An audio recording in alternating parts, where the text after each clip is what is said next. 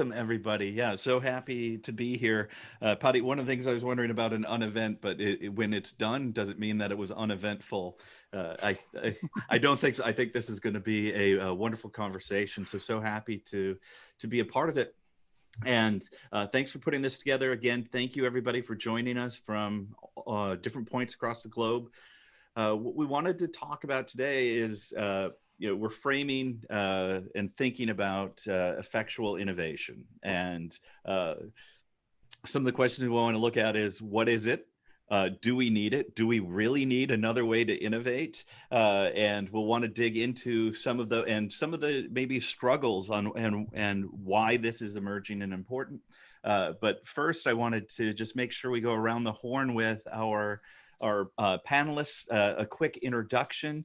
So if you don't mind, and Fran, we'll start with you. Could you just tell us a little bit about yourself? Sure. I am in Dallas, Texas. I am a change leadership expert, and I focus on the way the human brain interrupts innovation and transformation and all those good processes that we design, and then they stop when it comes to execution. So that's my area of focus. Been doing it almost 30 years, so I should know something by now. Excellent. Thank you. And thanks for joining us. John, why don't you tell us a little bit about yourself? Thanks, Matt. Hi, everybody. I'm John Morley. I've spent 20 odd years in corporate settings. And the way I'd like to sort of tee this up is that whatever it took to solve the problem was not the typical route, which brings me to this conversation this morning. And since the turn of the year, I've been working for myself and in a collective with Fran and some other people, and really looking to, help people sort of navigate and make sense of some of these challenges. So that's what brings me here this morning. Excellent. Paidi? Yeah, so I suppose very short and sweet version of it. I suppose innovation is where my interest lies. It lies from a research point of view, a practice point of view, and a teaching point of view. I spent most of my career working in the innovation space. I think it's up around 28 years. So I'm actually very young compared to Fran. Fran makes me sound, is it 2 years? Maybe a bit younger in terms of experience, Fran. Look, what I'm really interested, guys, is how can we get more out of innovation teams? Innovation is broken in organizations, and it's been broken for a long time. It's like the empire has no clothes. I'm not sure who's willing to call it out. I've been calling it out, and I'm really, really looking forward to conversations like this, because it's about, is there a better way? So that's probably me, Matt. Thank you. And just briefly, I'll introduce myself, Matt Arnold. I'm coming here to everybody from Iowa City. But John and Paidi know this. One of the things that I've been delighted about this connection is I have deep family ties to Cork, and actually some family that settled in Iowa before Iowa was even a state, so when it was a territory. So one of my jokes is when I see the beautiful pictures of Cork, I realize how hard it must have been for my family to choose living near the Mississippi River over the beauty of Cork. But I focus on basically the intersection of human-centered design, brand strategy, and innovation. I also, thank you, Paidi, that's great. And I also teach innovation at the University of Iowa. I'm an adjunct lecturer, and my focus is within the context of innovation in the enterprise, and basically the struggles. So as you've said, Paidi, is like that it is broken. Right. And one of the things I want to get into our conversation is there's a reported desire by leadership to investigate and do innovation well, but it doesn't seem to be the will, or even as Fran said, like the front end seems to be there, but the back end on the transformation doesn't seem to follow.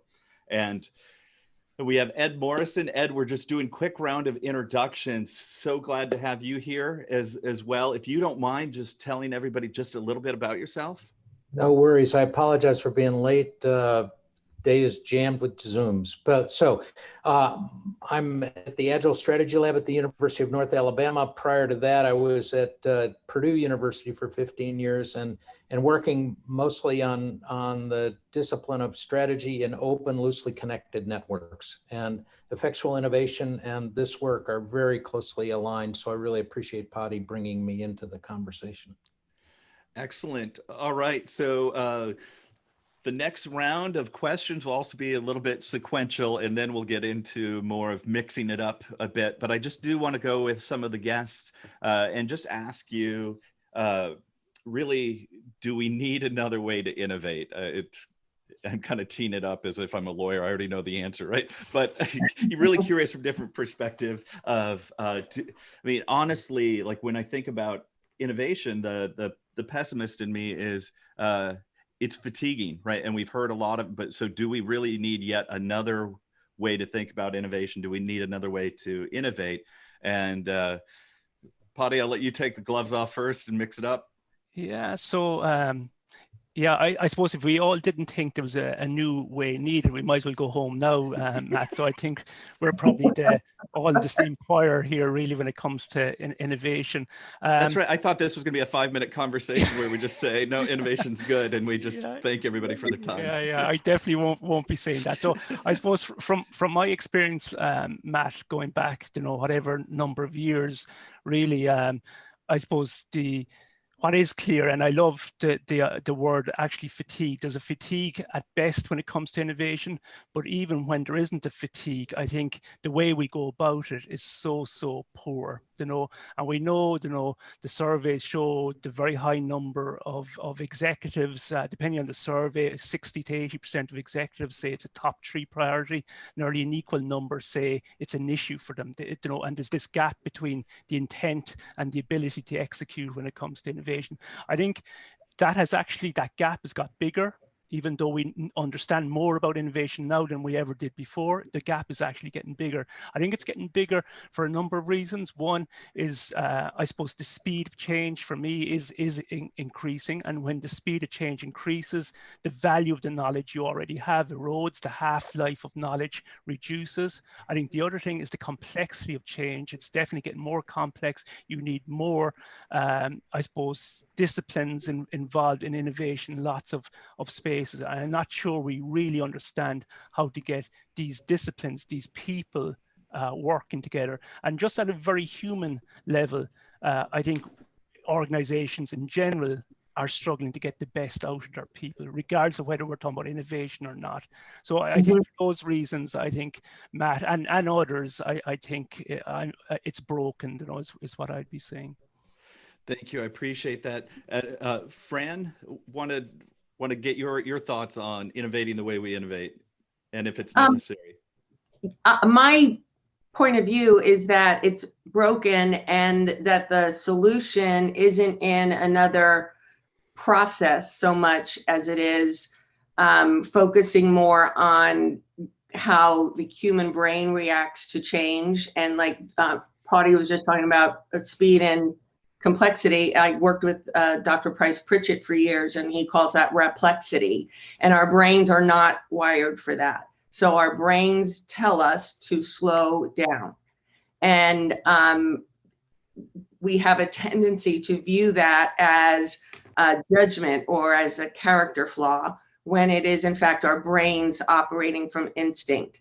So what we work with leaders to do is to understand that the game isn't to stop people from doing that. It's to understand that it's going to happen, and how do we move through that faster? Because if we don't move through that fast, we may as well not bother. You can't do slow innovation.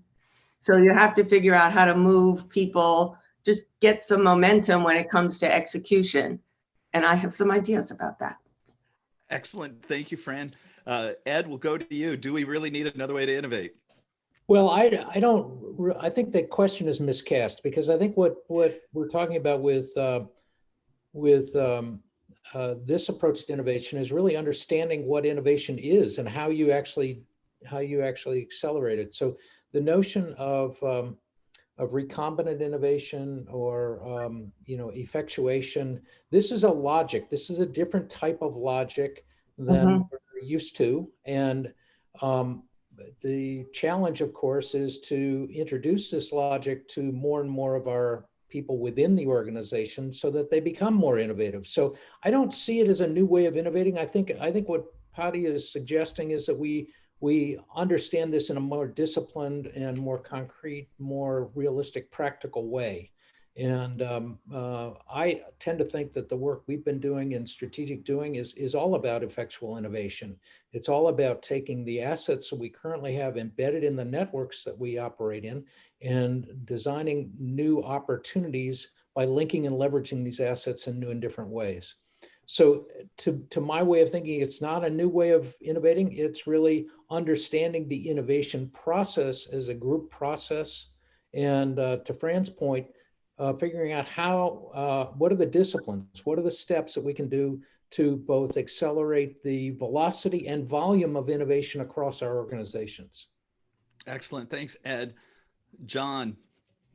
Thanks, Matt. And I'm going to turn the question back to you in a second, Matt, as well, so we capture you. For me, innovation was one of these terms I used to throw out all the time. And then I kind of stopped a while back and sort of say, well, what does it actually mean to me? And so I borrow from Barry O'Reilly's definition of innovation, which is breakthroughs based on information that's either newly available or is new for interpretation or has just arisen in the moment, and we need to figure out what to do. And what really appealed to me about the premise that Paidi brought when he started to talk about effectual innovation was this idea of practicality in a very complex world. I had a particular story, which maybe we'll get to later, where I was in an innovation process and basically so constrained by the process and the timeline and all the expectations that I found Ed Morrison, who helped us navigate a way out of it with the strategic doing methodology. And that came wholly down to, let's stop and talk to everybody and see what they're thinking. And let's come at this from a different perspective. And the long story short is we had breakthrough. And it was breakthrough based on that sort of network-based practicality of people talking to each other, understanding, yes, we know what the impact is, but the processes aren't working. And in fact, they're imposing a command and control structure. So what we really want to do is, how do we break all that and actually go and handle and manage the complexity like we're all capable of doing? So that's where I come. Matt, I'd love to turn the question back to you. Thanks, John.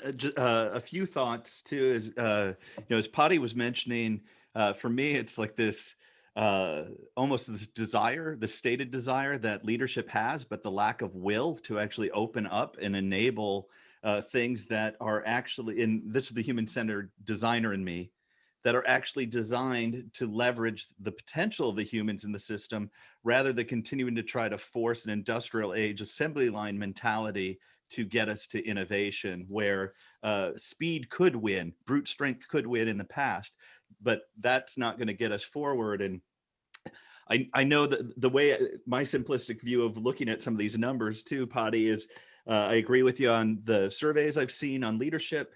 One of the other things I've seen is, I think maybe it was Accenture, but a recent one where 88% of the organizations they've assessed do innovation haphazardly. So, I mean, flipping that only 12% aren't doing it haphazardly, that doesn't even mean they're doing it well. And then, at least in the States, what we see in the workforce is 70+% disengaged to actively disengaged workers. And now we're seeing 20+% burned out. And so again, it's not a fixed pie, but the way I think about it is you're either disengaged or you're burned out in the workplace. So even the way we're working isn't working. And so, yeah, how do we leverage these? And in some ways, the communication component, I love, you brought up kind of the notion of half-life of facts. Even the things we took to be true might not be there. I know, Fran, a lot of work in the past 20 years on even understanding the brain and how it processes. And when we're fighting basic human survival instincts, how can we expect great performance for an organization that oftentimes, frankly, will give people the boot when times are tough and they cut part of their workforce? And so just forcing more of a survival mode. So lots of issues at play. So as a designer, I mean, this is a wicked problem, which are always fun to investigate. So And Ed, I do appreciate your point too, that my question might have been a little wrong-headed there, and that, you know, do we need another way? But how do we basically, my perspective is, how do we cultivate the existing superpowers that we have in a more dynamic way, and how do we orchestrate it a little bit more elegantly, to be both humane and accelerate internal business goals and you know, customer goals as well. So I tend to fall back to a lot of human-centered design and communication elements. And sorry, John, one other thing you mentioned, because a lot of my background is in communication and teams, is also from an innovation side. I try to focus on insights, and I define an insight as new information that makes us behave differently. So if it's not new information, or it's not novel, it's not an insight. But also, it's not an insight if we don't do anything about it, right? So anyways, that's my take. And after my rambling, you can see why I need to just defer Matt, to the panel. Could I just come in on one point, and it's maybe to challenge our thinking a bit, in particular, maybe what Ed was saying there. I think it depends whether it is or it isn't a new process. I think really depends on how you see a process. Like, you know, there's the old example: if I change every piece of my car, is it still the same car? You know, but I think if you have to go into organizations, I think they do have all the assets, but we're not harvesting or harnessing them. But we have to change mindset. Now, if you have to change the mindset towards innovation, is it the same process? I'm not sure it is, because I think once that mindset changes, even the way you see the process changes. For me, that isn't the same process. In fact, it's less about the process. It's more about the people. It's more about how you harness those people. It's more how you bring people together. So I'm not sure I would say it's the same process. Now, I would agree with these ways of working already exist in other areas of the world we live in. And we know, like strategic doing, like effectual innovation, they work elsewhere, but they're not common. These are not common in organizations. And therefore, I would say it's not the same process, you know. Yeah, great. Thank you. And seeing some good comments coming in on the chat, and I know we have some questions we're going to get to, but in the spirit of interactivity, I do want a question that came in from Greg Mason is, how do you manage innovation in a virtual environment within a matrixed organization? So I'll throw that out now, because we'll go less sequential and more free form on whoever wants to take a stab at that one. And Greg, thanks for submitting. Yeah, I'll have a go at it. Good to have you on, Greg, as well. So look, I think for me, when you look at effectual innovation, it's about creating a space, not necessarily a physical space, but it's what I'd call a horizontal space. It's a space in which people from different areas can collaborate in a way where, I suppose, it isn't about hierarchy. It's about literally influence horizontal and getting people working together. So I think organizations have to buy into the idea that they release people into those spaces. We attract ambition into those spaces. There's a new order within those spaces, and that new order really is about collapsing the hierarchy, that the people making the decisions are the people that are performing the activities within that space. But at the same time, we make them accountable, we make them responsible, and we also aim for transparency. Now, I think that's the environment in which then effectual innovation can really prosper, because you're then into asking people, okay, we've put the environment in place, we have the open space. Now what we're asking you to do is really come up with the best possible, whatever future product, service we can with the resources we've available today at the lowest acceptable risk to the organization. But I think looking at it as matrices or whatever else is possibly wrong. I think we need to look at it as spaces. I'd love to build on that. I would agree with you, Paidi. And a sort of sneak insight here, Greg and I know each other, and I think we've done this together, Greg. So one of those things was actually finding within that space shared value. or a shared purpose around a value, or something like that. So I kind of like that sense that when we head into that space, we're not entirely sure what the thing is going to be, but we do understand the purpose and the intent, and that sort of frees us up to actually engage in a much more, I think, positive way. John, one thought about that I find interesting is sometimes for me a lot of things too is framing, right? The way that we frame and position and align, and that's where I find wonderful power in the strategic doing approach. Is I feel like and now I'm kind of stealing this from Adam Hansen in Outsmart Your Instincts, but the notion of forness. How do we say what we're for, and the importance of a good appreciative question. But also hearing this, thinking about Fran and thinking about the human brain, and my simplistic view, right, is a lot of times in stress too, it's fight or flight, right? It's not necessarily how might we collaborate. And I know we need to create safe spaces for this to happen, but I'm kind of curious too in your thoughts, Fran, on kind of related to maybe even some of these barriers and just the way we're innovating or collaborating today. So one of the very common paradoxes that I read about and I hear on podcasts is the idea that, command and control is bad and empowerment is good. And in most spaces of innovation, that's true. The interesting thing about when you ask a person to behave differently than they have before, what they really require at the outset is some very clear direction. Because what I'm afraid of is trying to figure it out myself. What I'm afraid of is looking silly. What I'm afraid of is looking incompetent in front of my peers, or God forbid, my customers. So I really need my leaders to say, right now, here's one piece I need you to do. Let's do that quickly and build momentum. So a lot of what my conversations with John are about are more about timing of behaviors and where they fit. And I'll throw one more at you. I think one of the places organizations waste valuable time in getting to an innovative solution is seeking buy-in before we have asked anybody to do anything.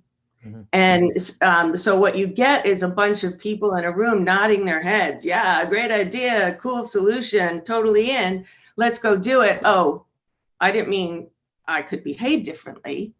And so I'm noticing Ed nodding his head, so I want to hear from him. But the idea of learning how to not waste time on faulty assumptions about each other, I think is a rich place for us to examine. Ed, I want to know what you're thinking. Yeah, so I think several points. One is the issue of fear. Part of the challenge in any kind of innovation and effectual innovation is overcoming fear. And yeah. the Japanese Nanaka and Taguchi, who really pioneered the whole area of knowledge management, talk about the concept of ba, which is a safe space, but it's not just a safe physical space. It's a place in which, and it goes back to Paidi's idea of more of a horizontal space in which collaboration and creativity emerge from treating people as equals. So it's not hierarchical function.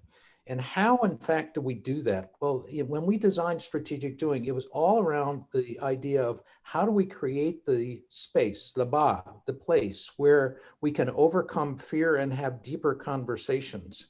So the first two guiding principles of strategic doing really are designed around that, creating a safe space, and then framing a conversation around an opportunity that we might be able to explore. And so it creates a different dynamic. It's a horizontal space within the organization or within the university, wherever you are, to create that space of a deeper conversation in which people not only explore the assets within their network, but they start to connect those assets to a bigger opportunity. So they start to see a bigger opportunity that they, in fact, can contribute to, that they can see the context of their knowledge or their experience in a different light.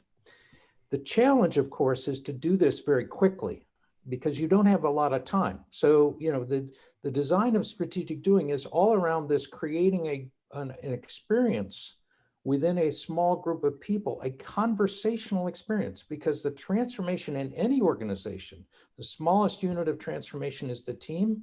And within the team, the smallest unit of change or transformation is the conversation.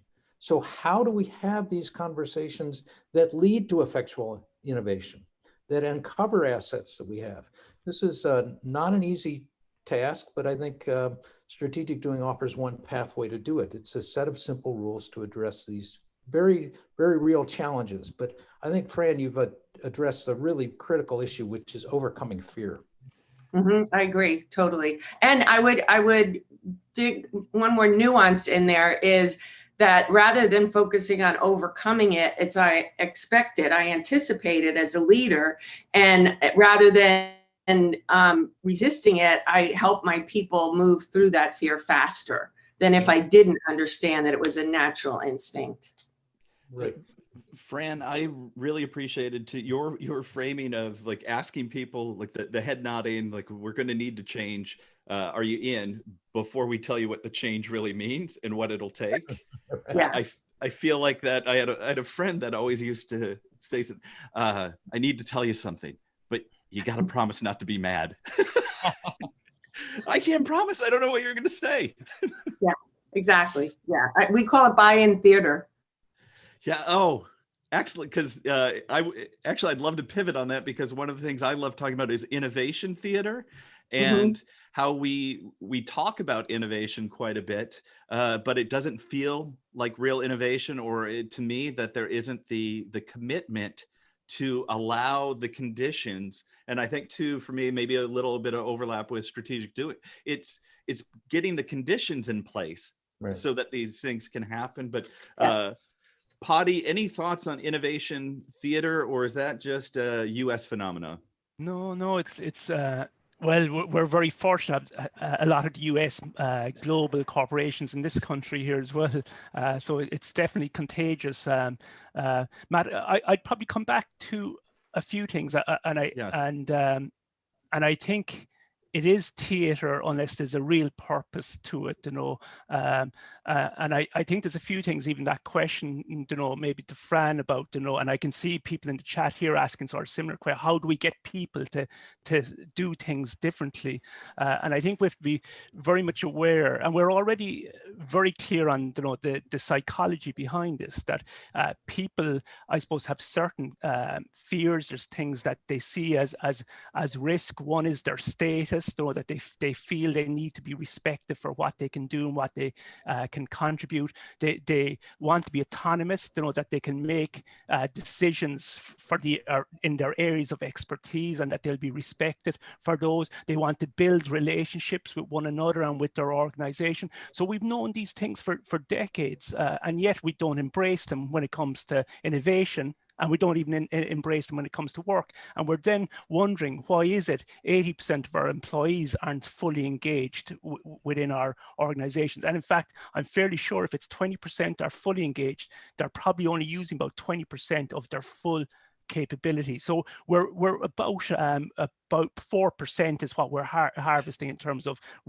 natural resources, human resources that come from humans within our organizations. I think the way we get over that is by embracing those principles, and they are the principles of effectual innovation.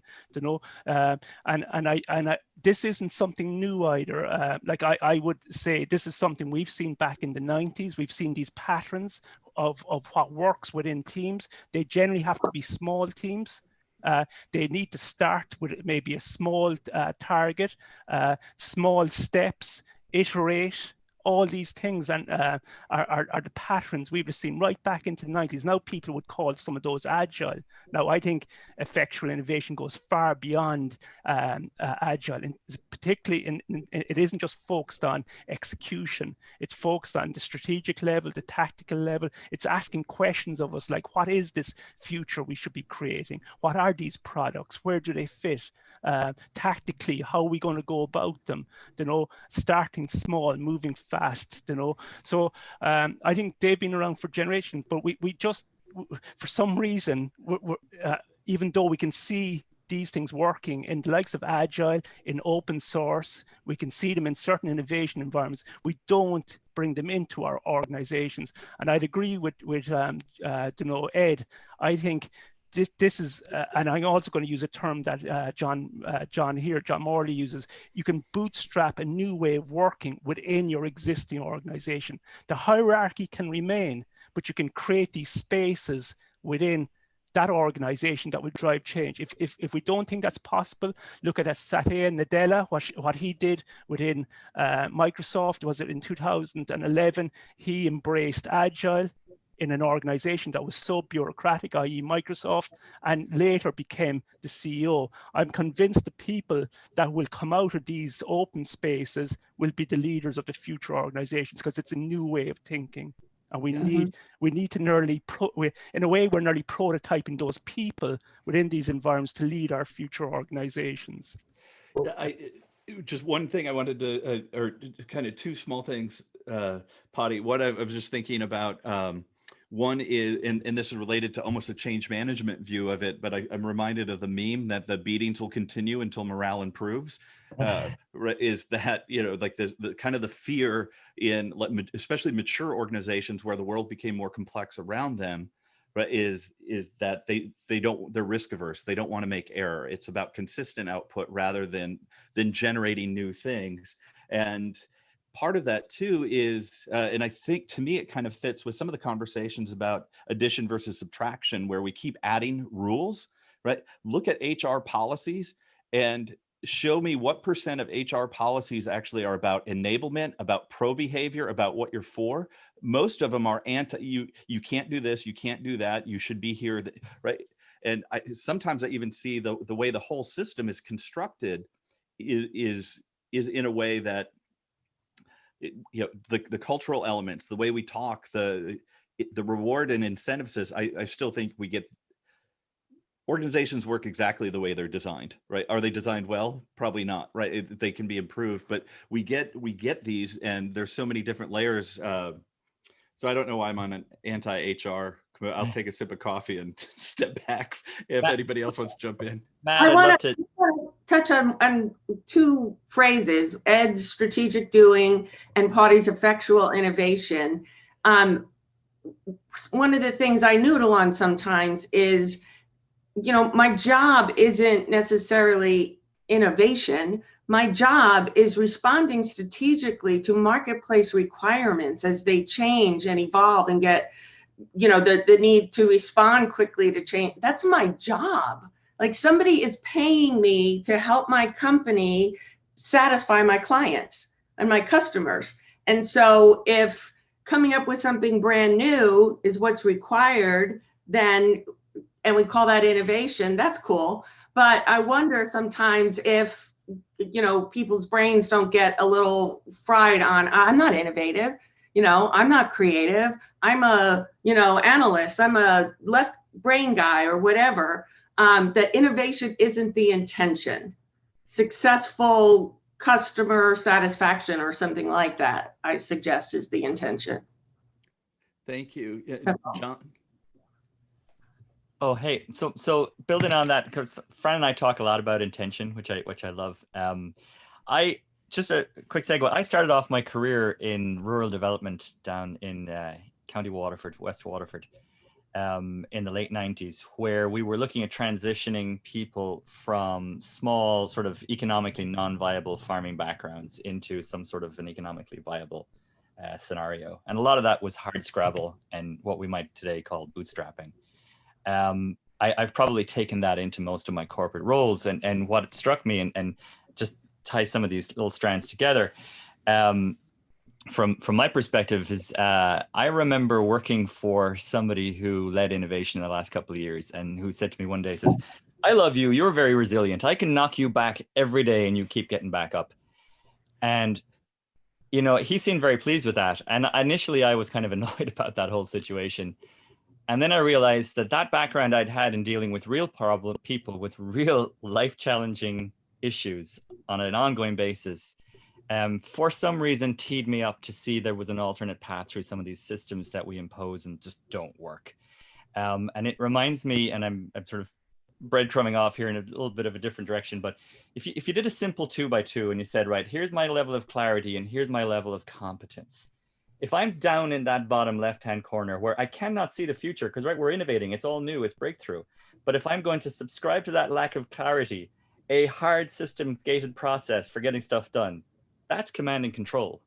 And you have now just lost your ability to lean in and pull all of the insights that people might have. And so, and I'll wrap up after this thought, when I hit this problem yet again, early last year, I reached out to a guy we all know called Greg Sattel, who's really great at writing and talking about movements. And I said to him, Greg, who is building movements at scale for real? And he said to me, you need to talk to Ed Morrison. And we brought in the strategic doing process. And we'll get to this in the conversation. But suddenly this ability to have real conversations with people and understand what was driving them both personally and from a structured point of view, it just unlocked everything. And it unlocked everything. We took a process that had been dragging on for over a year and we did it in 2 weeks. So, I mean, it's real. It's very, very real. Matt, I wanted to circle back to Paidi's point, because I think we can be more intentional about these spaces that Paidi's talking about. And his point about this is where the leadership of the future is going to come from. I absolutely believe that. But I think what we need to think about is a metaphor of a platform. You know, the idea of platform business models is taken hold for the last 10 years or so. But as we think about organizational transformation, we can create these platforms on which new conversational experiences are happening, where we're actually doing effectual innovation without threatening the existing hierarchy, because that's really the challenge. Because as you develop, and we deal with at our lab a lot of younger managers on the rise, leaders on the rise, the 35 to 50-year-olds. And here they are in this hierarchical structure, and they realize that the old way doesn't work. Yet if they're not smart, they will provoke an immune response from the hierarchy. They will create their own problems. And so what we encourage is this notion of a platform on which conversations can be guided.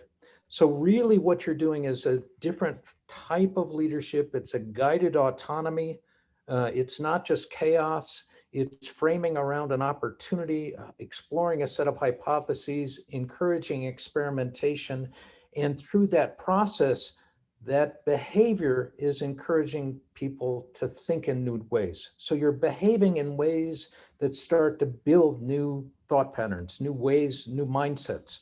So it's impossible, in my view, and Fran would know this better than me, but to go up to, say, John or Paidi and say, I want you to think in a different way. You know, but if you give them a powerful learning experience in which they're interacting, they will behave in a new way that will introduce a new way of thinking, a new, more horizontal way of thinking. So I think we can be intentional about designing these new spaces, creating the experiences on them without provoking the immune response, which quite frankly, for some of these 35 or 40-year-olds, they're putting their career at risk if they're stupid about it. Right. And so part of this has to be, okay, we're going to encourage this, this kind of thinking within the organization in small teams, and we'll grow out from there. We'll think about a horizontal. And the reason that will work, in my view, is because the people on the platform will be creating value at a higher productivity, a higher velocity, and a higher volume than the current way. So you'll be creating volume of value faster and in a higher volume in a much more productive way. And that will gradually migrate more and more resources to that platform. That's, in my way, how we encourage transformation to happen. And can I come in there from just a method perspective for a quick second? Ed, you mentioned learning, and I know in our audience we've got some committed sort of talent and development and learning people. I worked in an organization, myself included, who are besotted by models. And one of the things that emerged for me around all the innovation we were doing was that it was knowledge transfer models that were actually explaining what was happening here. So I love your thought that what started as a tribal knowledge level conversation between individuals could grow to a sort of a safer organization.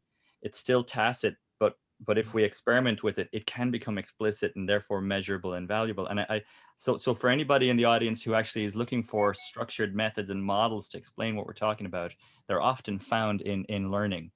And I think that's really, really interesting.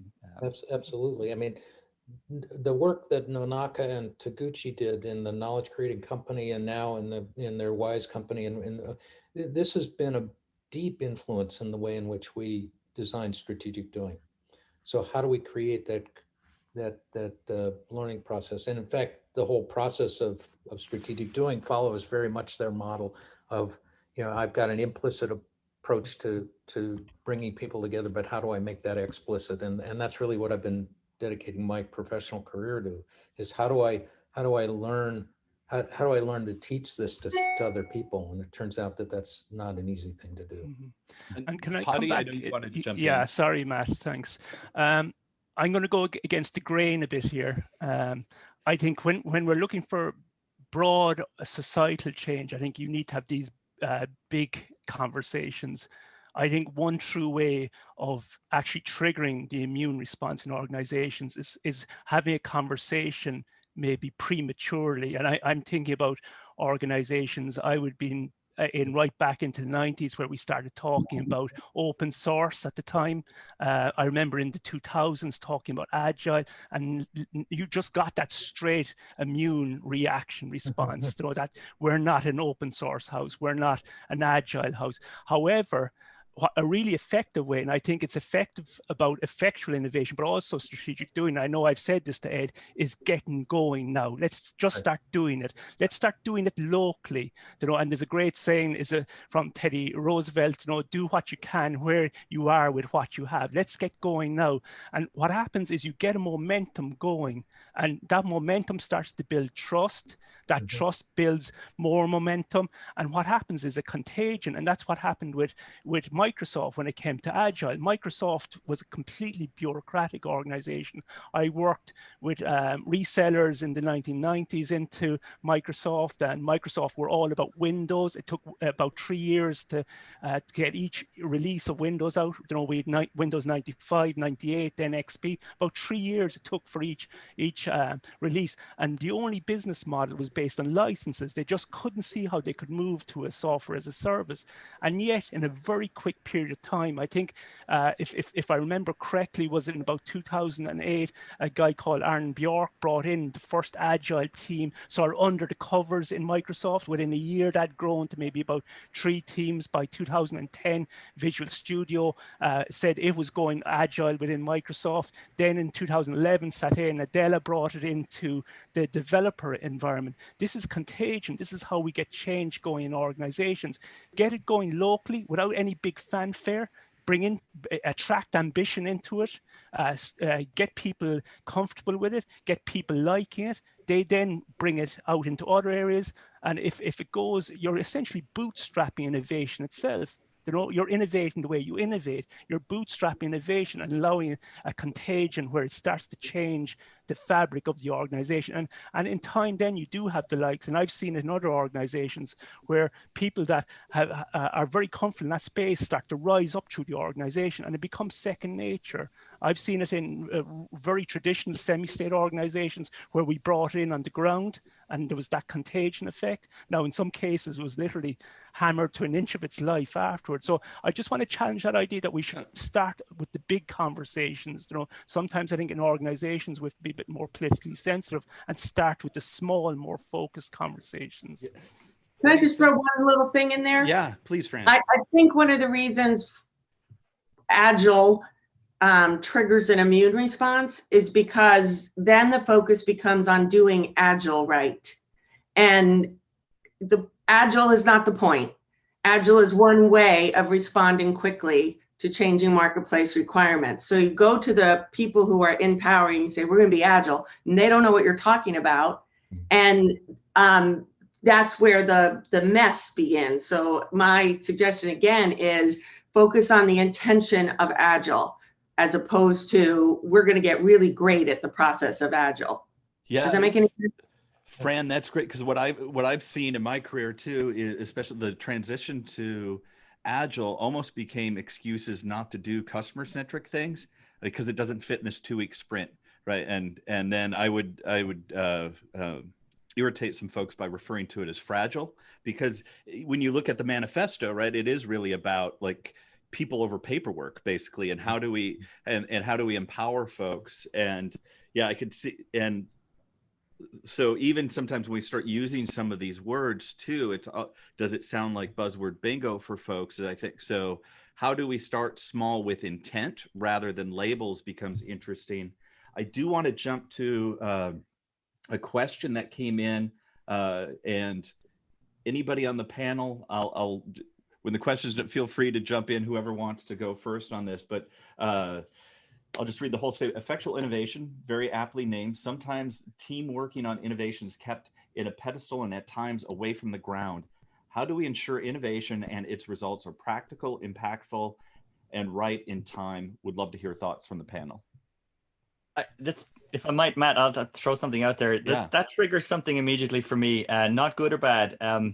There's a German gentleman named Niels Flaging who writes provocatively about complexity. I happen to be a big fan of his work, but and Niels says that there are 3 faces to every company. There is the hierarchical network face.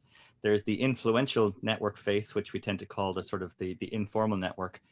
And then there's the value creation network where stuff gets done. Mm-hmm. You need all 3. And so I wouldn't say that what we're proposing here with effectual innovation should necessarily replace anything. And I know that's not the question. What I think is interesting is how do we find a way of alignment, because we'll spur each other on. I think so that's very strong for me in that I wanted to give you an example, a practical one. When I worked at EMC, and everybody knows me, I talk about EMC a lot because it was an incredibly innovative company in its time. There was long talk for how we might actually improve our marketing data sciences. And I, at the time, ran a customer engagement center, and we had a big empty space in our building that customers used to walk by every day. And I walked by one day, and to Paidí's point about the small conversations, we looked at it and we said, what could we put in there that might be compelling? And we had the marketing data sciences team in our building. So we put them in there. And suddenly we had the industry's first co-creative customer and company marketing data sciences lab. And that was a really, I think, nice idea of those 2 different types of innovation coming together. We had people on the ground who were kind of scratching their heads trying to solve a different problem, understanding then that we actually had this corporate strategy that we were trying to resolve for at the same time. So I hope it shows. I think they bridge and come together very nicely. I want to ask Ed to respond to this, because what I hear in that question, the part about putting a team on a pedestal, I think that's part of generating a shift in your culture, is putting the behavior that you want to see on a pedestal, or rewarding it at any rate, making it visible, and rewarding so those behaviors repeat. So I'm curious as to is there a point where that becomes a drag as opposed to a move toward a more learning culture, Ed? Well, I think that the challenge is, and we haven't really talked about this, but is creating a new narrative. And so if you want people to move in a new direction, we need to create new narratives. And to cycle back a little bit and tie this into Paidí's point, that new narrative needs to express where are we going and how will we get there. So the where are we going has to, if you want to build a network out and create a movement, you have to create a visualization in people's eyes, not a vision statement that you push down on people, but they have to trigger a visualization, what psychologists call prospection, this idea of what is the future that we want to create together. And this is the important visualization that has to be communicated fairly quickly. And then to Paidí's point, then you have to start doing things, and they can be very small. They can be very, very small. And so these 2 elements, creating an attractive direction and creating a next step as to what we're going to do together, these are the 2 critical elements that any team, if we're going to use that team as an exemplar, this is the team behavior that we want, has to be able to communicate. And so the challenge of building this new narrative is, I think, is one that we can design and guide. And that's one of the reasons why I think leadership is, I like this term guided autonomy, which is the notion that you're not just, say willy-nilly, hey, anything goes, but you're guiding people toward their own creativity, toward a deeper conversation, toward a deeper engagement. And that does not have to threaten the existing hierarchy that is in place to generate value from things you thought about 15 years ago.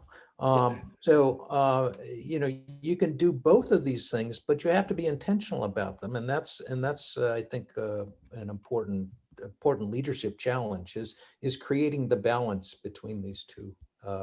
And Ed, like I think you're spot on, and just to answer the question, because I think it's a very, very valid question, this idea of innovation being on the pedestal. And I've definitely been in organizations where innovation has been put on pedestals. The people in innovation have been put on pedestals. I think, there's this idea, it's very difficult to talk about mindset, okay, because what is it? We're not sure, but you can talk about principles. And I think Ray Dalio says something to that effect. He wrote the book, was it Principles? Not that I agree with all of it, but this idea, let's talk about the principles. But when you come to effectual innovation, one of the principles is about collapsing the hierarchy within the space. So Ed is right, the hierarchy can continue in the organization itself, but when you're in this space, that hierarchy is collapsed, and essentially we're all committing together as equals to achieving an outcome. So the first time I came across effectual innovation, we didn't call it effectual innovation.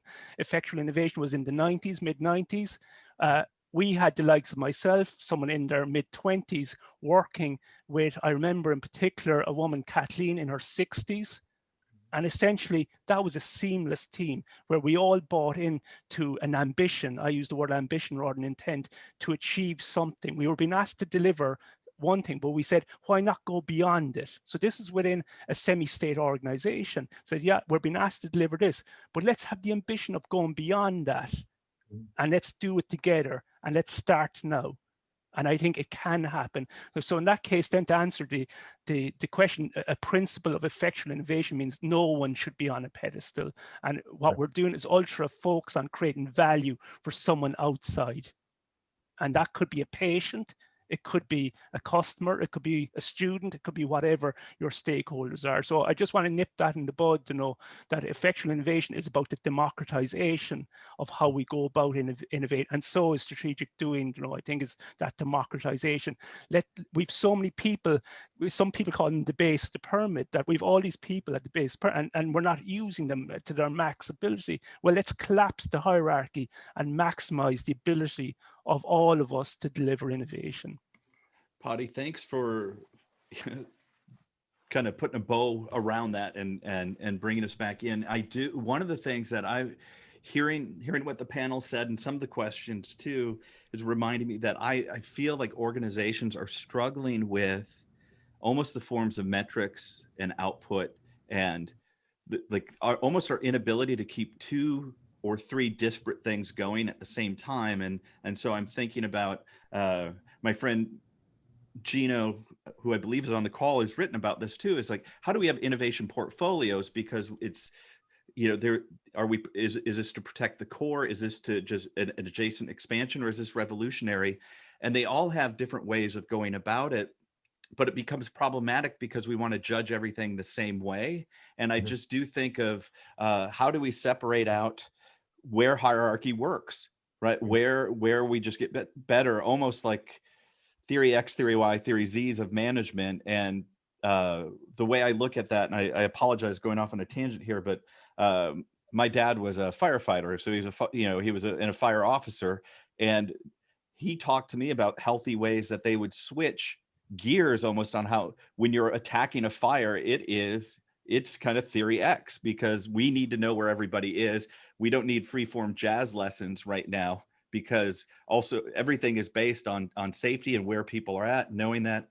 But when they would return to the firehouse, they would actually debrief. Did the policy procedure match the conditions? And if it didn't, they would talk about that. But what I see is kind of we set these conditions, and then we want to dig in. I think one of the things that I'm hearing too is I think there's a lot of ego at play that just needs to be suppressed.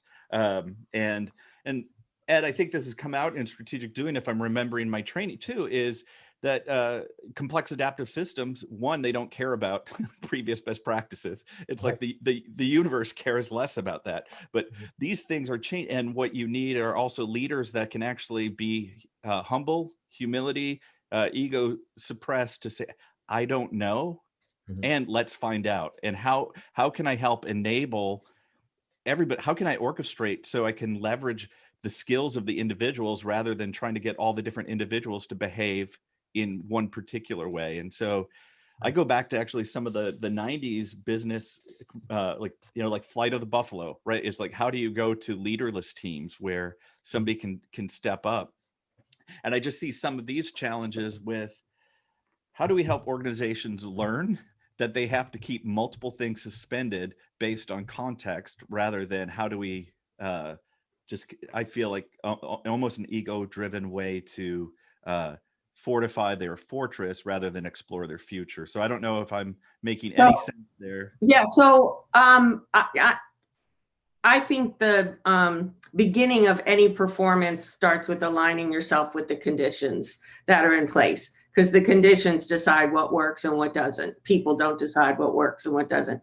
And so when you talk about where command and control, or where hierarchy, or however you want to phrase it, when you're continuing to do something for your business that is somewhat stable, I hate to use that word, but when you're managing what is currently working, then that's where more guidance, like more control of what's working, fits. When what's working starts to get a little fuzzy and you need to go into the space of change and innovation, then that's a completely different set of conditions. That's where fear will pop up. That's where collaboration will take a hit. That's where all of the ways that our ego tries to save us. So if on a very rough board, it's like when you can distinguish at work what you're doing that we've been doing for a while, and we need to do something different than what we've been doing for a while. And the experience is different in those conditions. And I think if you can be explicit about it, like, oh, we're in the horizontal, I think it said ba, I don't know if I'm saying that right, but oh, we're in the horizontal space right now. I get it. John and I talked to a guy last night, Tyrone Smith, who said, in that space, I'm curious with, I'm not curious about, I'm not interrogating you. We're curious together so that we can learn. To me, one of my mentors, and I'll do an aside here, was David Morgenthaler, who was the founder of Morgenthaler Ventures, a very successful venture capital company. And when I was trying to sort my way through a lot of this, he suggested I think about S-curves, and not only S-curves from the standpoint of a technology, but S-curves in terms of a business itself. And so part of the notion here is moving from a more of a rigid framework of management science about how we get things done, which was built off of the hierarchical structures that were introduced in the early 20s, really, of the last century, to a more network-based thinking about our organizations, that our organizations really are networks, as John points out, and that we have to be mindful of these networks, and that networks actually operate with tight cores and porous boundaries most successfully. And that networks have taken a different character based on where you are in the S-curve. And a business itself is a bundle of S-curves, really. It's a bundle of activities. Now, I can argue as a lawyer that you want to have someone who really knows how to fill out the tax returns, filling out your tax returns, and you want to have some pretty good certainty that that's being done right. So hierarchical organization around, your tax payments probably makes a whole lot of sense. Yep. However, there are activities within your organization that aren't well designed in that way. And the trick of management, the trick of leadership, is understanding what's appropriate. what's appropriate at the early stages of an S curve, or at the later stages of an S curve where you have to redeploy your resources, where you have to think about, okay, well, we're reaching at the, how do we jump to a new S curve? Well, that's a whole nother conversation around multiple innovation opportunities that you have based on the network of assets that you have inside the organization and outside with your suppliers and your customers. The problem, I think, in many organizations is that we don't have these design conversations. We have episodic, oh, we've got to have a strategy retreat. We'll go off and do a strategy retreat and determine over the next 3 years what we're going to do. I mean, this is absurd. This is, the future's unpredictable. We ought to be having our strategy conversations regularly through this process, and that some of our functions can be organized hierarchically. That's true. But increasingly, more and more of our functions are going to be organized around exploratory networks, around the idea of recombinant or effectual innovation. And the future, I think, of the organization is more like a circular business chart, that you have core functions in the middle that support everybody. And those can be hierarchical, they're stable and they are hierarchically organized. But then around that core, you're going to have opportunity focus areas of focus where you can, by virtue of the unique assets that you have, you can generate new value. You can, and it's not just value for you, but it's value for society as well, increasingly. So I think we're going to be moving toward less of a hierarchical structure in our mind and more of a, to Patty's point, more of a horizontal structure. And it's not chaos. It does not have to be chaos. It's very, you can have open participation and leadership guidance in a network-based structure. It's very hard to put those two things together if you're totally focused on hierarchy. It doesn't work in your mind, and that's part of the reason you get this immune response. Could I pick up on something, Ed? I love the way you talked us through that, and right at the end you said it's not chaos. And I want to go back to Matt, something that you said a little bit earlier on, because you asked a series of kind of combined questions. And one of those was, you mentioned learning and you mentioned behavior and you mentioned outcomes and impacts. And so some thoughts for me is, one of the ways to know it's not chaos is to learn about sense making, and to understand how each person perceives a problem, because the challenge as each one of us perceives it is different, and that's going to trigger all the things that allow Fran to operate so effectively, because she then can sort of read, okay, well, I get a sense of how this is going to play out in terms of a dynamic of fear for person A versus person B. And so for me, I'll bring this in. Human behavior is absolutely essential to all of this.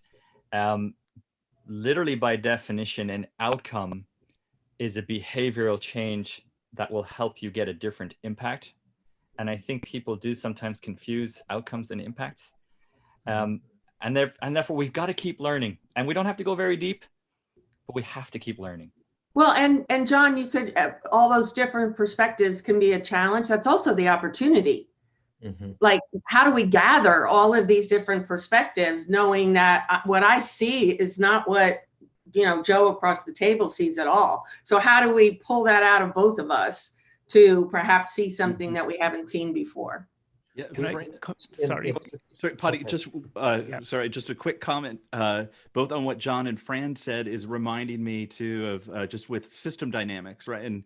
And what Jay Forrester said is we all have mental models, right? And I think some of this is also just getting all our mental models on the table so that we are even understanding what this means or how we're thinking about this. And every time I talk about mental models, and I also think about George Box's quote, is that all models are wrong, some are useful, but sometimes like even fundamental things I've seen in organizations is what's the mental model of innovation, and almost talking past each other because nobody wants to get called out on, do you really know how to define innovation? Or in this context here, what are we expecting of innovation? What's the value we want? So just, I think part of those ego reduction conversations too are part of it, can we just get our mental models out there in a safe place? This is the way I'm thinking about it, right or wrong, that authentically and safely I can share a model without fear of retribution. So I just wanted to talk about both the mental models we all possess, and then how do we get shared meaning, shared sense making. And sorry, Paidi. Yeah, no, it's a fantastic lead in, Matt, because I probably spend a bit of my time on the research side, but I think mental models is something that academics were talking about for a long time, and now it's crept in, I think, into the practitioner language. But like, if you ask anyone to put their mental model out on the table, even if you asked yourself to do it, what would we put out there? We've no idea what our mental models are sometimes. And it's back to maybe John and Fran as well. I would, there's, you know, the old parable, is it, would you call it parable of the blind men and the elephant? Blind men and the elephant, and yep. The assumption is if we all feel a part of it, then we can put it all together and we know what the whole is. Guys, when it comes to innovation, there is no whole there. Okay, the only way we can understand the whole, or our own individual mental models or each other's mental models, is by doing things together. It's only when we start doing things together the aha moments arrive. This is why the likes of iterative approaches work, because the assumption is we can't know up front what the problem is. We can't know up front what the solution is. The only way of really getting towards the solution and understanding the problem is by starting to solve it. And there's a wall stand between the two. The more we understand the solution, the more we're understanding the problem, and around again. So I think, yeah, look, we can talk about, you know, sense making, all these things. They're fantastic, they are. But when it comes to, guys, let's just start doing it. You know, get small teams doing stuff together. That's the way we learn. That's the way we build trust. That's what creates contagion. That's what gets innovation going in organizations. Forget the big innovation labs. Forget the big architectures, you know, for innovation. Forget the big processes, the big systems. They do not work. Okay. Paidi, yeah, and one of the things too, to speed, to getting started, right, and just building momentum too, and the notion of iteration. As I remember years ago, I was talking with Marty Thaler, and he teaches design at the Illinois Institute of Technology Institute of Design. I also worked at IDEO, but like his framing of prototypes is two different stages: build to think and build to decide. And even just getting those early iterations of prototypes to just say, are we thinking about this the right way, but doing it in that collaborative way, right? Because everybody can start to see and react. So I appreciate your point. Like, we can't even explain what the mental model is. And when you were talking about the elephant, when you were saying there isn't a hole, WHOLE, I was also think there is a hole, HOLE. There's this black hole or gap, and we have to kind of change our perspective on time and space. And one of the things we can do is just quickly move, quickly build to get some directionality and learn. Kind of like a Roomba at times, just bumping into things to understand its space. Matt, I'd like to emphasize what Paidi just said, because I think what I've seen, and we've been talking about this in the context of an organization, but a lot of my work has been in the context of, you know, economies, which are a bit more complex. But Paadi's point's exactly on point, which is that as you do things, you create bonds of trust. And what I've seen is that as people build those trusted networks, the big payoff is huge productivity improvements, because people start to realize that they're not seeing the world through their own straw, that actually I do trust the way in which Paidi sees the world. I do trust the way in which John or Fran sees the world. And networks that build those bonds of trust, they're going to spot opportunities faster, they're going to align their resources faster, and they're going to do things faster. They're going to prototype, they're going to experiment, they're going to learn faster. And what we've seen is huge improvements in productivity. So I'd give you an example. We introduced strategic doing to 50 university teams. As we taught them this process, those teams went out and generated over 500 collaborations, new maker spaces, new certificate programs, all sorts of different unimaginable things that you didn't imagine, I didn't imagine before when we started. But it's all based on the bonds of building trust by doing things together. And so Padi's exactly right. I think these large scale, you know, efforts to try to do things with big concepts. And no, it's really comes down to the team and the conversations and actually holding each other accountable for doing things together. Yep. I'd love to build right on that very quickly. I did a few years ago, I did some work with an amazing flagship innovation project here with a corporate, Fortune 100. And the CEO showed up and went on, corporate TV and just said, this is why we need to be doing these things. And within a year, he'd shut it down. Executives will talk about the need for innovation. Really what they want is the impact. And therefore, I think this whole, Matt, you talked about innovation theater earlier on. We're so caught up in the theater of innovation that we get disconnected from what's the purpose of what we're doing. And to bring in Ed's point about productivity, I mean, and Ed, I've validated that strategic doing, takes you from a year of hammering around innovation to 2 weeks and we got an output. So I really want to, with this, sort of go back to what Paidi said and go, honestly, have a really long, hard look at why we're doing the stuff we're doing.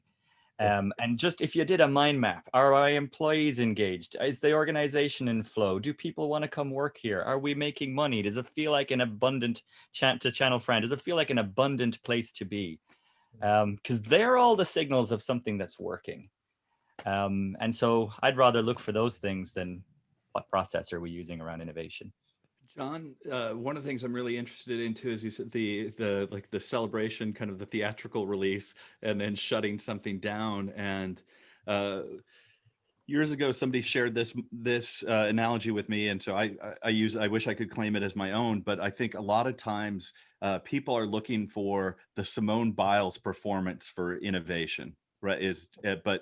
It's almost like a growth curve or S curve. The only difference between Simone Biles today and tomorrow is her diet and her routine. She's so finely tuned, but 24 years ago, 23 years ago, she was a toddler. She couldn't stand up on her own, right? She needed help eating. And so one of the things too is I'm wondering about on a leadership side, especially with effectual innovation too, how do we give a little bit of safe place so that the toddler doesn't fall down, hit their head on a sharp object, they don't swallow something bad, but how can we cultivate that and manage the expectations that we're not getting gold medal performance day one? And Paidi, I'm sensitive to this, as you say.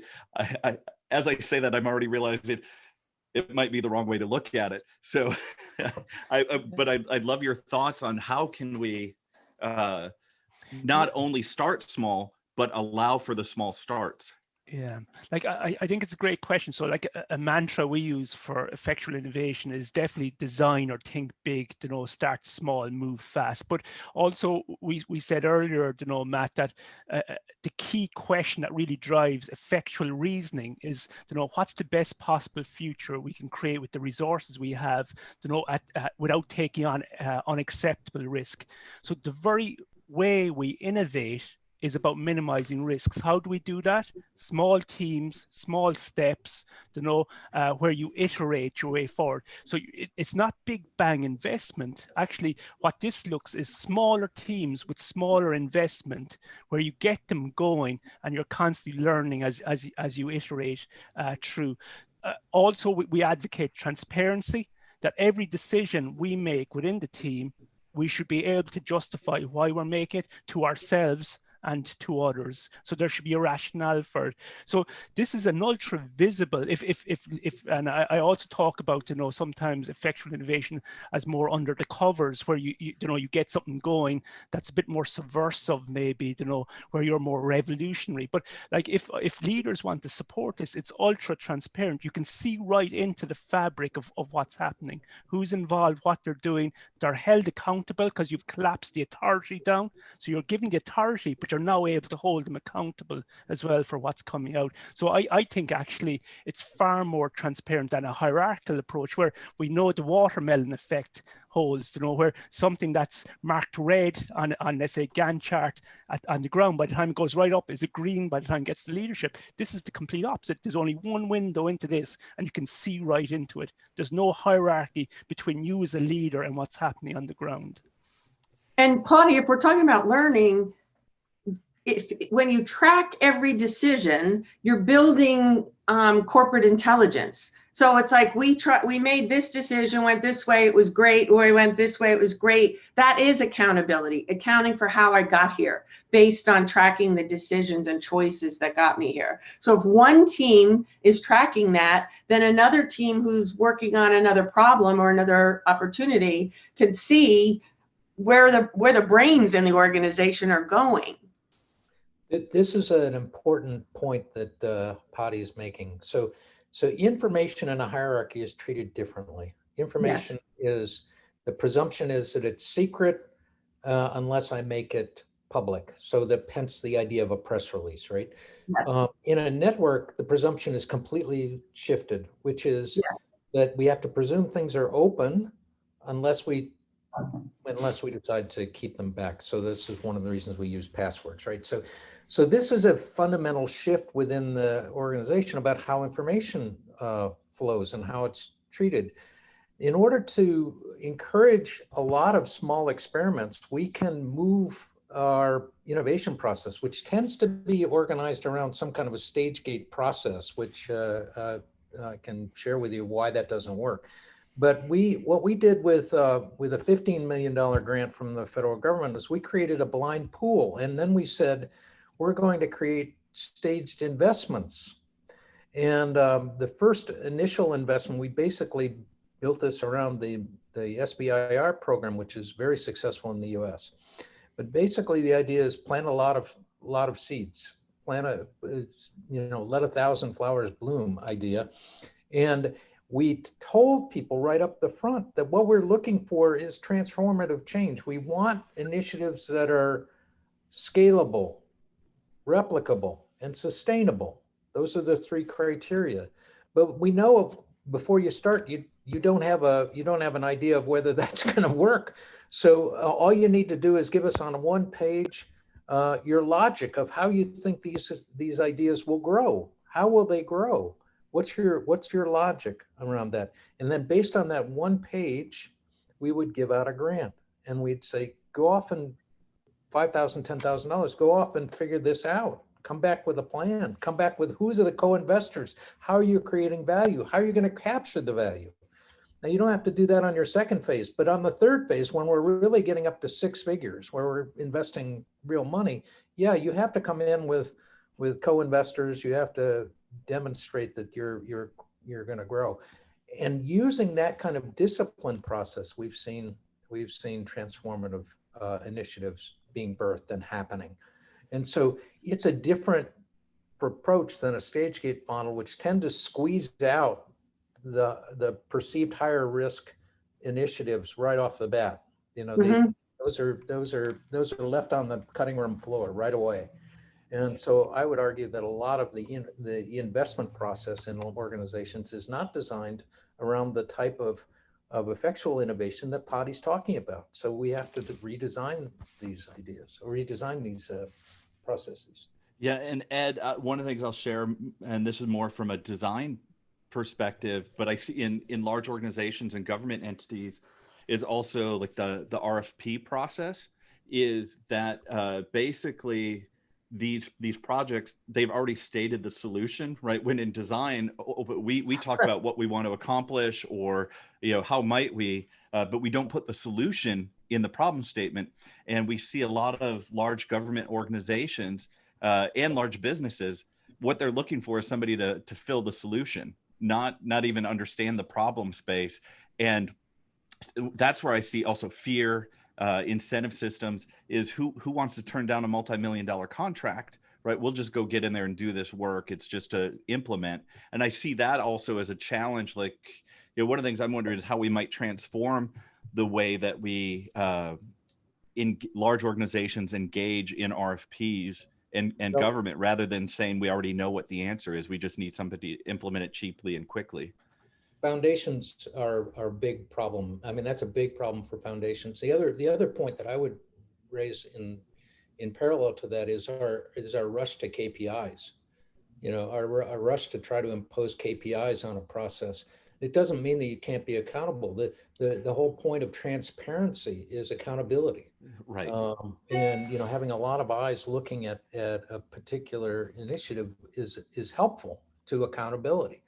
But, trying to impose KPIs prematurely essentially narrows your focus too tightly.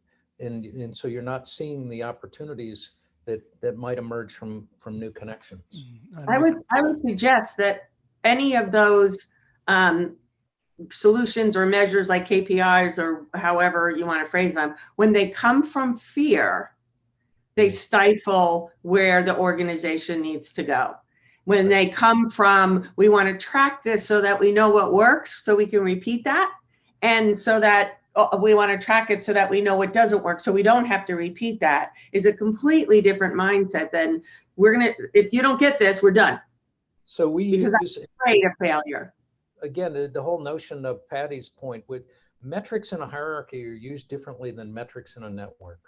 Metrics in a hierarchy are to make sure that the top folks who've come up with the plan make sure that, Fran, you're sitting 3 levels down. I want to make sure you're following my plan.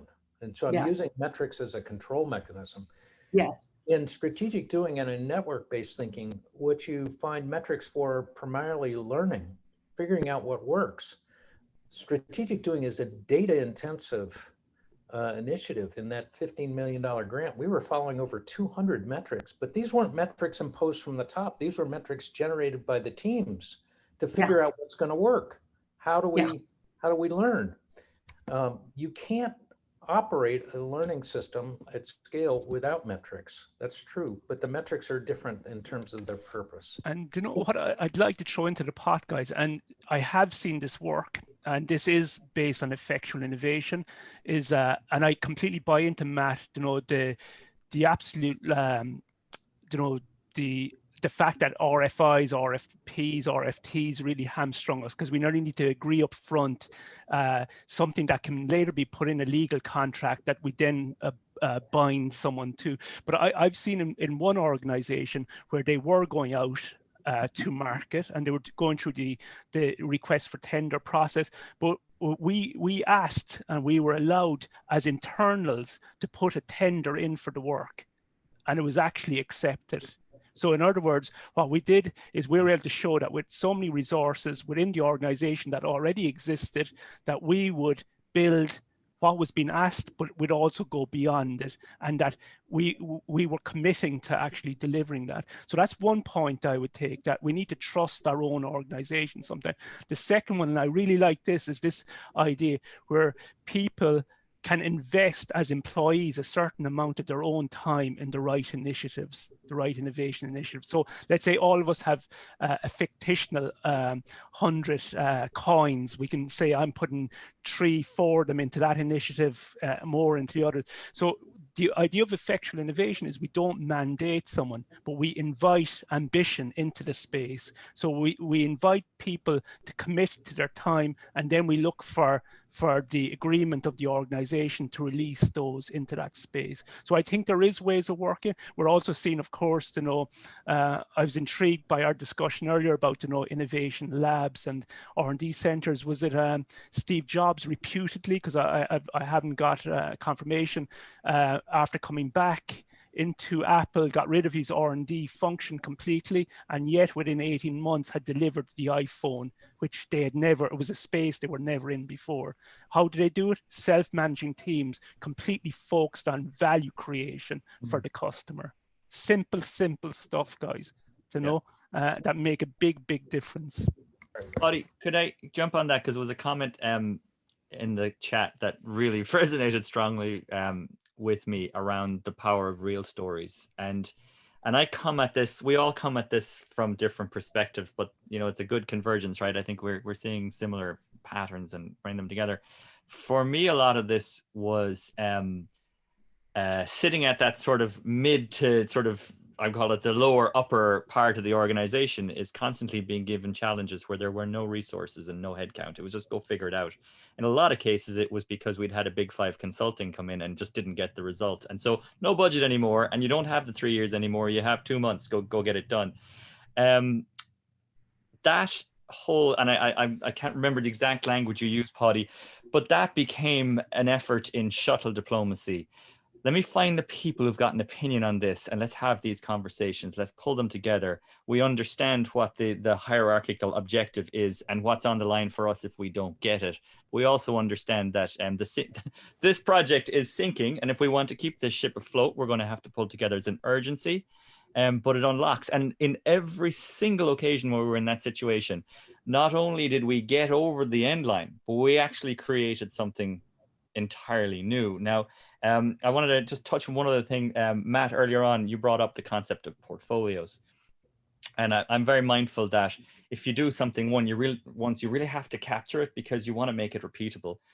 So just as a concept of one model, I always loved Doblin's 10 types of innovation, because he freaking says there, look, you're constrained. So what? You got so many options within this constraint. So invite in the people who see all the different options, and you are on fire. And I'll wrap up with this. This is why when Paidi first spoke to me about effectual innovation, he said to me, I've got this thought in my head. He said, what's the best damn thing you could make with people and stuff that you have?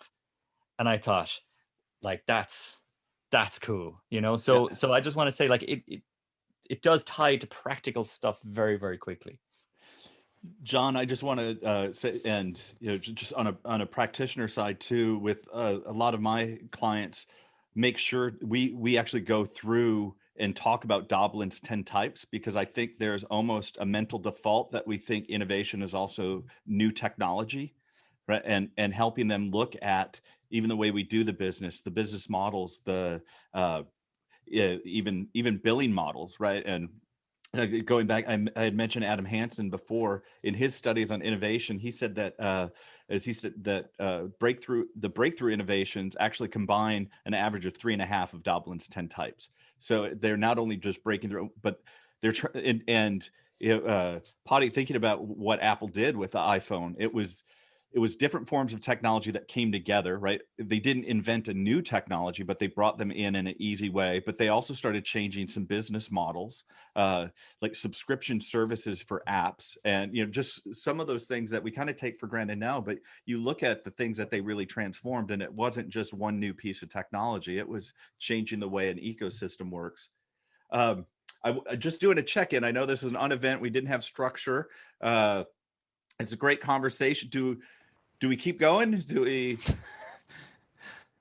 Yeah, because I have a wrap-up question, and also just one thing I wanted to shoot Padi's way too. So maybe I'll get the Paidi thing too. Just are you familiar with? And I'm probably not getting her name right. Monica Bielskite? No. I think, I'm finding her work. She's a futurist, and one of the terms she uses is protopia. Rather than dystopia or utopia, but the pro is actually coming from prototyping, and prototyping with a large, diverse group of people up front, not just kind of the privileged folks on high, but as we start, and that we prototype our way as we go. So some very complementary things to both the humanity-centered things that I know are important to you and effectual innovation. So she's written some really interesting things in that space. That's a great example, I think, Matt. We spoke earlier about the importance of just getting going now, doing things. We use sometimes, and I know we've had a conversation before, Matt, about diegetic prototypes, where you create future products, but within stories. So you tell the story of the product now about a future world that product will be in, which is a really effective way. I've seen technologists, I've seen developers, out and out developers, use this as a form of prototype. Before they build anything, let's tell the story of maybe someone in the future using this and how they'd use it and what they'd see, how they'd feel, all these things. So I love that example. And I think that's one thing we can't forget either, guys. We're not just innovating for today. We're also having, in some organizations, innovate for 5 years' time, 10 years' time. So I think foresight, seeing around corners, all that stuff comes into play as well, as if it wasn't difficult enough just to innovate for today. But I think these, again, are all techniques that we use about, what is our ambition for the future? What does the future look like? What part do we want to play in it? What do our products look like? so on and so forth. So I think it's a great example, Matt. I love the idea too, and just diegetic prototyping and storytelling, both from a bootstrapping and also how I think it combines in with strategic doing and the notion of a conversation. Conversation it's not expensive, right? We didn't have to build an innovation lab to talk about how this new thing might work. We didn't have to develop whole new technologies. Early on, we can use storytelling as a form of build to think prototyping, which I think is incredibly powerful and thrifty as we start the process. And Matt, also, like there's times we engage with stakeholders, and I don't like that word stakeholder either, but you get a drift of what I mean. But in some cases, they really find it difficult to tell you, what they want or need. But bloody hell, if you ask them to draw it, or you ask them to tell you a story, then literally the blockages become unblocked. So, and I love that idea, and I think it's a challenge. And I think I might have said to Ed before as well, even getting people to draw their future city, their future organization, the future product before you even have those discussions. Some people find it really easier then to talk about what they just drew, as opposed to not having that artifact, that crutch there. Paidi, I have to just jump on that because you've talked about the 90s a couple of times. What you're describing goes back earlier than that. There's a woman named Shakti Gawain. This comes from the world of woo-woo, and her book is called Creative Visualizations. And her idea is the more detailed the story you can tell for yourself, the more pictures, the more colors, smell, all of your senses, the more powerful the messages that you send out to the world. And so bringing that into teams as a way to imagine together is extremely powerful. I love that. Fran, I want to jump on that because this is so important. In our strategic doing work, I tell people, vision statements are worthless.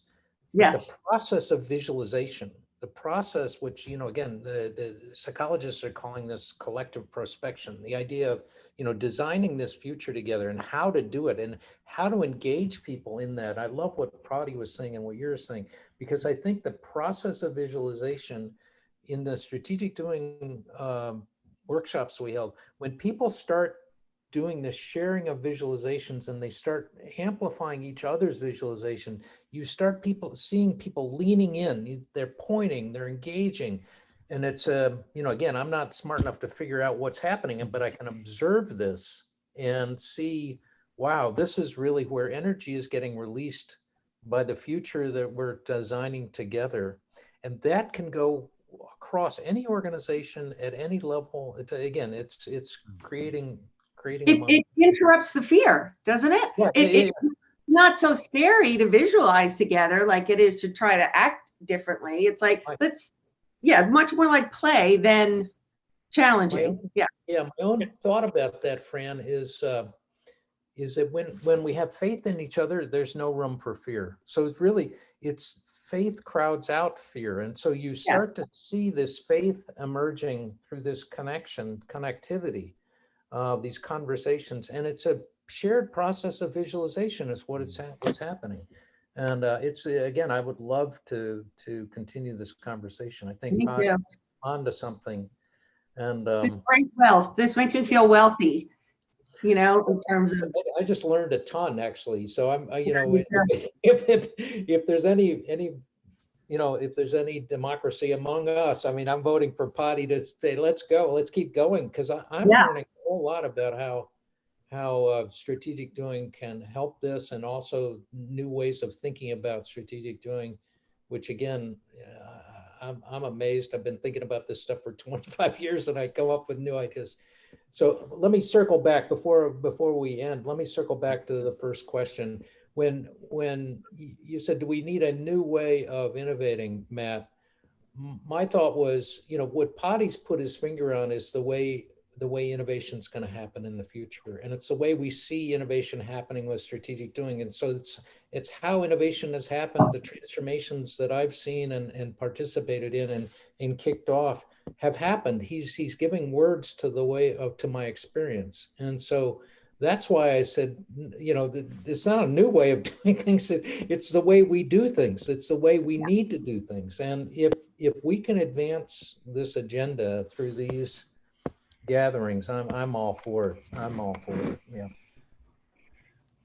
Well, I want to thank everybody, but before we go, I know Ed, you talked about learning. For me, this has been such a rich conversation. If you don't mind, I would like to just go through the pan and what's your takeaway from today's conversation, or what did you learn? And I know Ed, maybe we'll just start with you. You said you learned a lot. Yeah. You want to keep it going.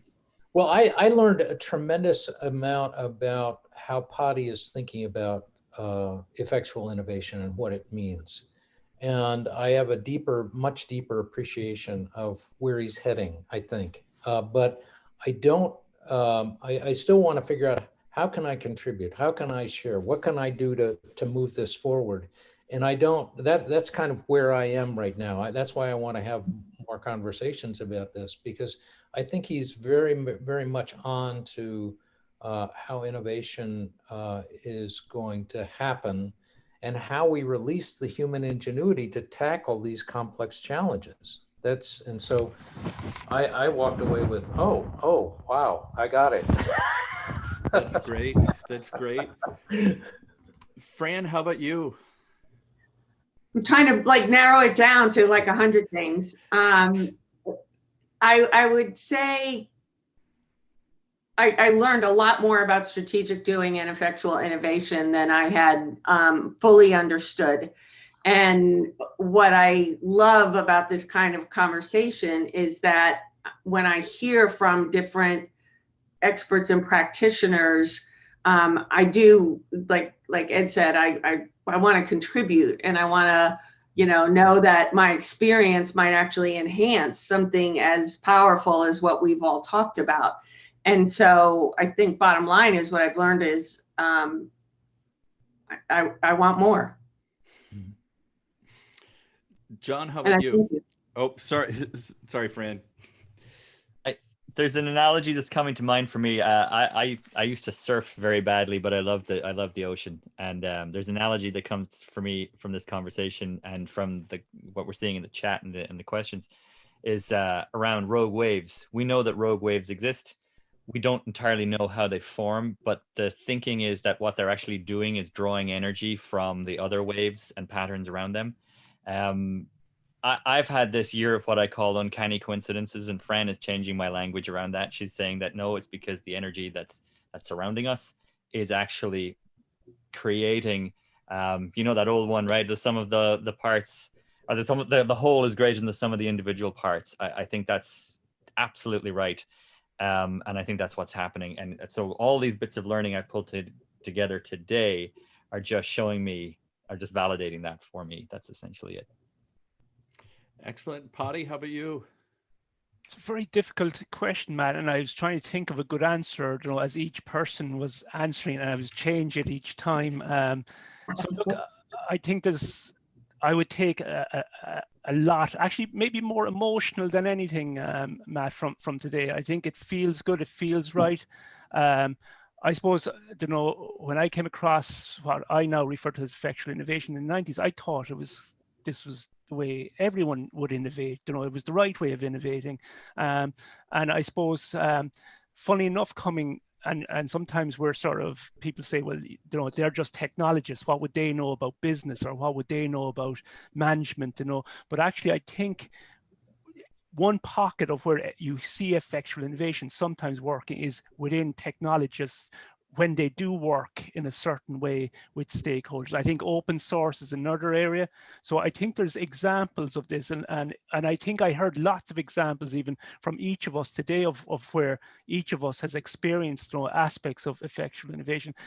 So the emotional bit for me is I would love to think that I feel I'm getting older by the day, especially in the last year, that that guys, there's a better way of doing this. And I feel we're not getting the word out. There's a better way of innovating. Why do we waste all these resources? But even worse, why do we have so many employees that are disgruntled, upset, feel they're not making contributions in organizations where we're untapping their potential. We need to plug into these people at a human level. And that means understanding how humans work, not the way organizations work, because the way organizations work is not the same as the way people want to work. There's a way of bridging that gap. And I think strategic doing, effectual innovation, agile to a very limited extent, fill that gap. Matt, I want to go to you, but I just want to say this, that where we're sitting at this moment in time as well is as the people begin to quote return to work or whatever that's going to look, we have never had this kind of disruption. And my heart is like, we can't waste this. Once a human being starts to move, they're way more open to change and move than when things are stable. And so, it's like, I want to help organizations capitalize on the loosening, the unfreezing that is present right now, and try the kinds of things that you have been talking about. And I'd like to just put a cherry on what you said so well, Fran. There was a great saying I heard, it might have been Margaret Whitley, I'm not sure. She said, why go back to work when you can go forward to work? Yeah, I like that.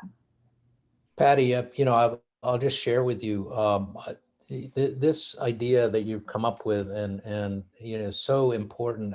What we're seeing just in the last 3 weeks has just blown, we've got NORAD, which is the North American Defense Command, coming to us and saying, how do I teach 2,000 people strategic? Wow. We have Alberta Innovates, which is their big province level. How do we spread this across a province? And we've got the new administration in Ecuador coming to us and say, how do we spread this across a country? So these are things that are just like whoa, okay. But the point of this is that the talk about effectual innovation is so timely right now, and can't be just talk. We've got to actually do things. And so I kind of turn it back to you to say, I want to help in any way I can to, either promote this idea or, create classes around it or whatever you think would be appropriate, because I think it's such a needed dimension. And I said, we're just a canary in the cage, or in the coal mine rather. And it's just happened in the last 3 weeks or so that this is just blowing up. So Ed, I'm going to steal from Saul Kaplan. A phrase I heard him use recently was, "It seems like the canary in the coal mine is handing the baton to the elephant in the room." This needs to be discussed and happen. So I just want to say to kind of my takeaway from today is, similar to Paidi, I think there's an emotional side for me, is just what an absolute honor it is to be able to sit down and talk with all of you and get your really rich perspective. So I appreciate that. It means a lot to me. And I think the other two that I'm seeing is how might we, I think this is, Fran, we might have even been talking about this right before we went on about curiosity. Rather, it's more like, how do we unlock the trapped value that's already there, right? And so thinking about a human side, and I don't know, like judo's not the right analogy, but how do we turn this energy in ways for it to just flow rather than the barriers that seem to try to restrict and control? How might we guide it in positive ways? And just, again, like how do, putting the human in the conversation at the center, Yes. rather than making the human try to behave like the machine or the organization, is just a reminder for me to do that. But again, thank you to all of you. And Paidi, I don't know, from your perspective, any closing words for the Unevent or anything from a UCC perspective? Yeah, I think we're making this Unevent up as we go along. Yeah. I think someone said there, I see in the chat, that for an Unevent, it was incredibly eventful, which I take as a good sign, because I think that was the idea. Let's go at it, guys. In a way, it was nearly an effectual event, saying, look, we have what we need in this room now. let's discuss it now and see where we go with it.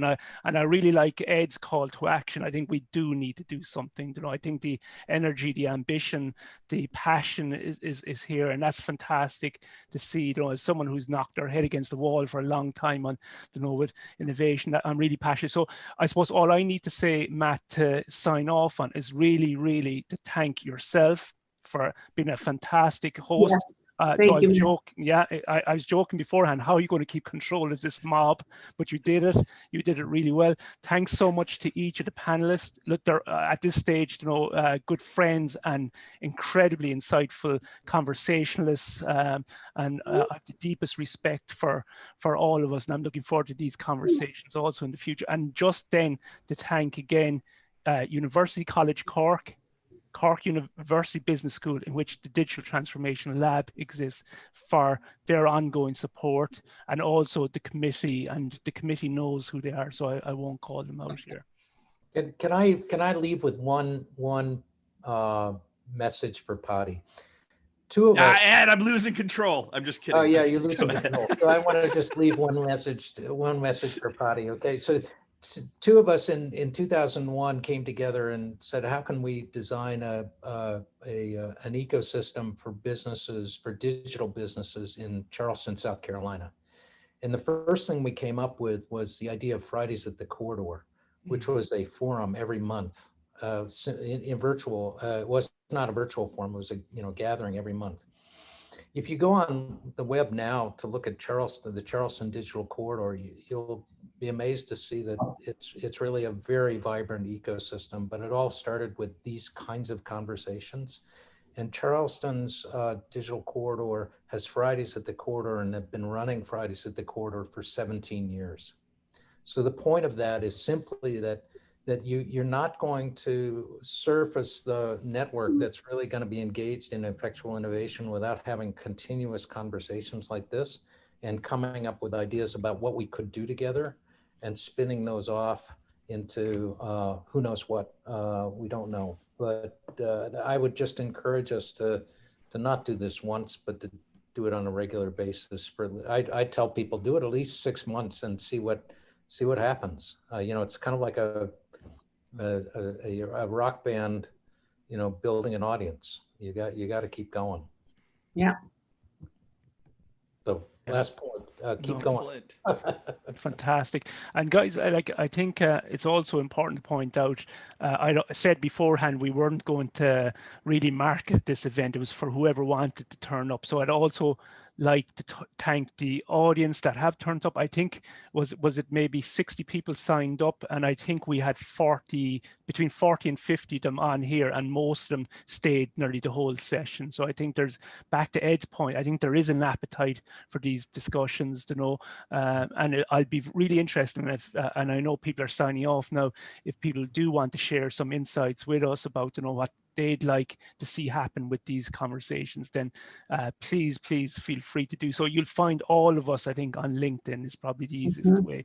I know probably some of us also have our own individual websites, but maybe the first port of call is find us on LinkedIn. Yeah. So guys, will we, with some sadness, say that's it? Yes. I need more coffee, buddy. So good. Yeah, good. So I'm finishing up for the, well, not for the day, but for the evening. So guys, have a great day in the US, and touch wood, we'll be talking again shortly about this and other topics.